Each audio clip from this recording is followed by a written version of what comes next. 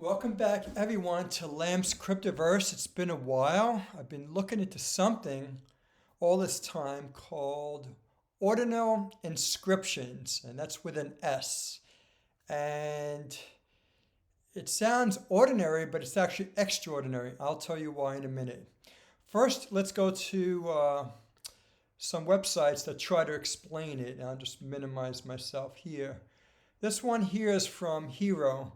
These guys are big on ordinals, and they're saying ordinal theory is a concept behind the theory. They're calling it simple.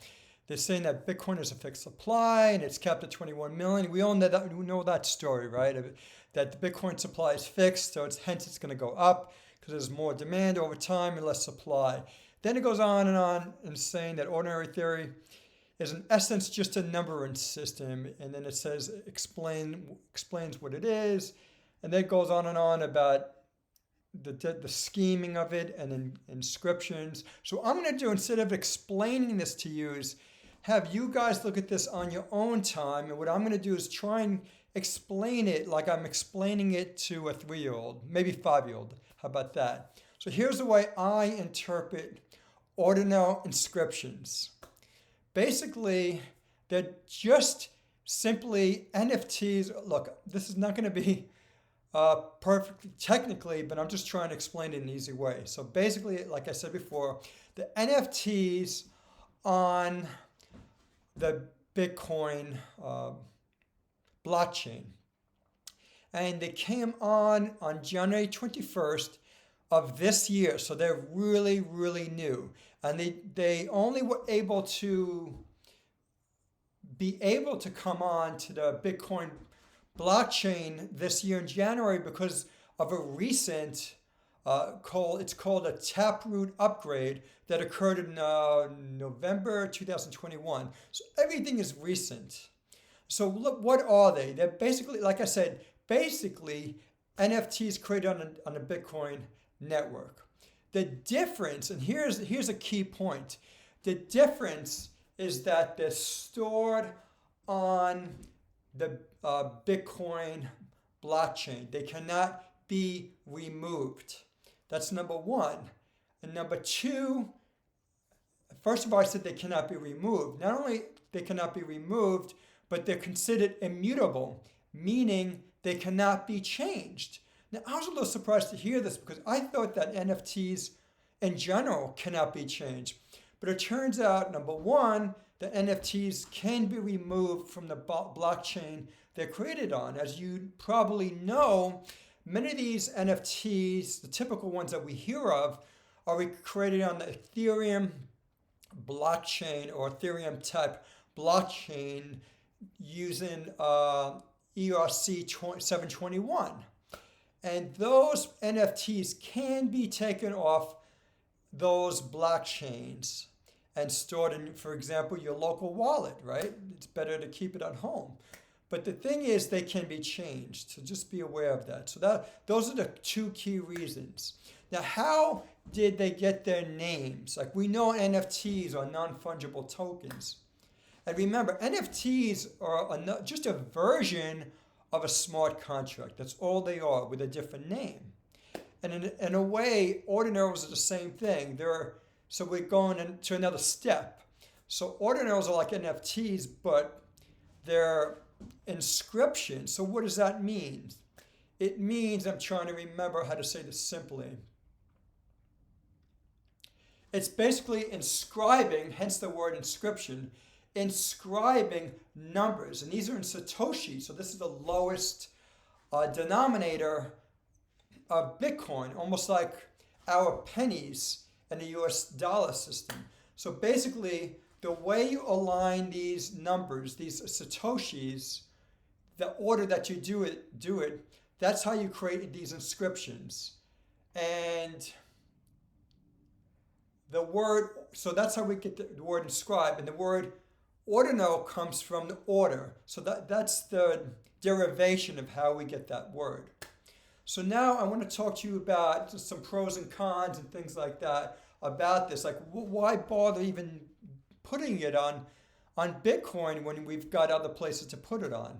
Well, first of all, by putting it on the Bitcoin blockchain, you're giving it another use, number one. Number two, people are going to feel safe putting their, having the NFT ordinals, I should say, or ordinal NFTs on Bitcoin. And of course, there's another use case. So if there's another use case for Bitcoin, it also attracts developers to the Bitcoin ecosystem. So that's a very good thing. Let me think of some other things. I think maybe, as I'm trying to remember some other advantages, I want to talk about some disadvantages. Ordinals use storage, and I'm going to show you some charts about that later. But the point is, they use storage that maybe could be used for something otherwise. And they're also increasing the block size and cost. And so I'm thinking one of the main purposes of Bitcoin is a storage of value, basically digital gold. So do we want to dilute the use case of the Bitcoin network? So I'm an anti-Bitcoin maximalist. So I believe in an ecosystem of multiple blockchains, because I think each blockchain is going to have a specific use. Just think of Vitalik Buterin's blockchain trilemma. It's nearly impossible, will be nearly impossible, for a blockchain project to be the best in all three: security, scalability, and decentralization, and some other ones too, right? So if that's true, you're going to have certain chains that specialize in NFTs, maybe even Cardano, for example, Avalanche, or Solana's doing really well on NFTs. They had a near-death experience, and the TVL, total value locked, for DeFi declined like 97% from the all-time high, but they're finding another use case in NFTs. So if that's the case, why do we need yet another blockchain? Or I should say, why does Bitcoin, which already has a really good use case, and they have the 100% market for this use case of digital storage of value, why in the world would we want another use case? So I'm a little worried about that. And some other issues are, because it's immutable and you cannot erase the NFTs or ordinals created on the Bitcoin blockchain, you can put shock images. You could put, taboo images, porno, and they cannot be deleted. But you know what? I think there's going to be a solution anyway with UX and the filters in UX, meaning you could filter out those images anyway. So I'm trying to think of any other negatives. I think that's about it. Now, what I want to do is go online and show you in real time what's going on to the Bitcoin blockchain, the mainnet, which is directly correlated to the recent rise in ordinals. So let's get started. The first thing I want to show you is this here. These are some examples of NFTs or ordinals that are created on Bitcoin. So this is the sexy stuff that we want to look at. But what I really want to show you is from this great website. It's called Dune Analytics. And what you can do with it is create your own analytics based on different blockchain platforms. And this one was created by Data Always. And you could see, number one, even though the NFT ordinals are new, we've already got 215,000 total inscriptions of ordinals to date on a Bitcoin blockchain. That's amazing. And I'm going to show you some charts to show you the growth. But let's just see what we've got here first. The first one we're looking at, and let me just minimize myself here, put it here, is that we've got ordinals by type. Now remember, ordinals or NFTs have different types. They started out with CryptoKitties and punk and those ugly apes. Well, I'm sorry, maybe I shouldn't call them ugly. I don't want to offend anyone. But basically, it's about images. And as you can see here, you can see two things. Number one, there's a huge amount of growth. Number one, let me just put myself up here. You can see it was nothing in the beginning of January because they just came out. And it's grown like stupendously. And most of that has to do with images. And this is the typical use of NFTs. But going forward, I think we're going to have NFTs from other types of creators, including music / audio, games, metaverse. I mean, you name it. Books, movies, it just goes on and on. So you can see the growth has been unbelievable. So let's see what the next one is. Now, these are the fees. The fees have gone up unbelievably too, which is not a good thing. And here you could see the fees were, right here, you could see the fees were $2,300 on as recently as January 31st. And they've gone up way over, and the cumulative fees are at well over 1.3 million now. So the fees are going up fast. And now we've got the block fee rate here, and this is going up. And this is from February 14th, and you can see how high they are. So the problem is, and you can see the fee rate, the problem is, you can see it's self-explanatory, that these ordinals are causing the fees to go up in the Bitcoin blockchain. And that worries me a bit, because remember, I talked to you about store of value, but Bitcoin is also used as payments, right? Or remittance overseas. It's used for payments and all kinds of exchanges of transactions. And some of these transactions are really small. So if you're sending like a transaction that's worth $1 in US dollars, obviously you want that transaction fee to be like a penny. You don't want it to be a 50% or even 100% of the total payment.